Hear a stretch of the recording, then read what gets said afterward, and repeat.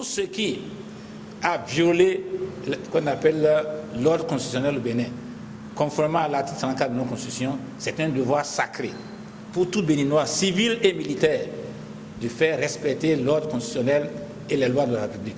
Et c'est donc tout ce qui a été bafoué et que la charte, donc la Cour africaine des droits de l'homme et des peuples, et qu'on appelle à demander de rétablir, c'est cela qui est fait et qui sera écrit sur le drapeau de la lutte que nous menons et à partir d'aujourd'hui de manière unitaire. Ne tuez pas la liberté, c'est mon slogan, scandant la vérité. Ne saurait pas. Non, mais avant la décision, ce n'est pas possible.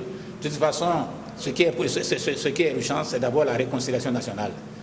C'est grâce à la réconciliation nationale qu'on peut aborder des questions aussi importantes et décisives. Mais comme eux, ils sont habitués à agir comme des cavaliers qu'on appelle solitaires, sans le peuple qui les a élus, ils pensent qu'ils peuvent le faire. Sinon, même ce qu'ils ont déjà fait est rejeté par le peuple parce que le peuple n'est pas associé.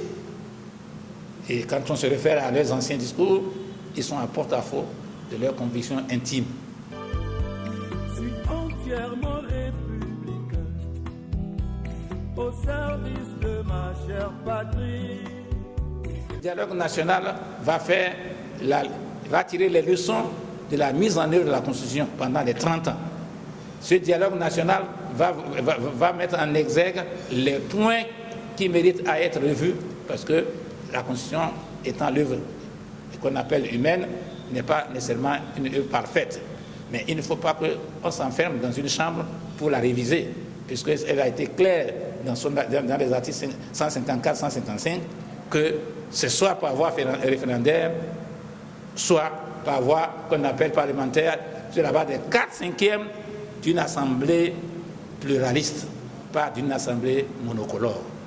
Donc les conditions qui vont, qu'on appelle sortir du dialogue national, vont permettre, ensemble avec ceux qui nous oppriment aujourd'hui, puisqu'on est tous des Béninois, dans la paix, nous puissions dire, voilà un bilan de l'application de la Constitution après 30 ans, appelle telle et telle modification, et de manière consensuelle, on va dire dégager les articles à amender, les articles à créer, et de manière qu'on appelle, disons, dans la cohésion nationale, aller à un référendum pour doter notre pays de nouvelles constitutions.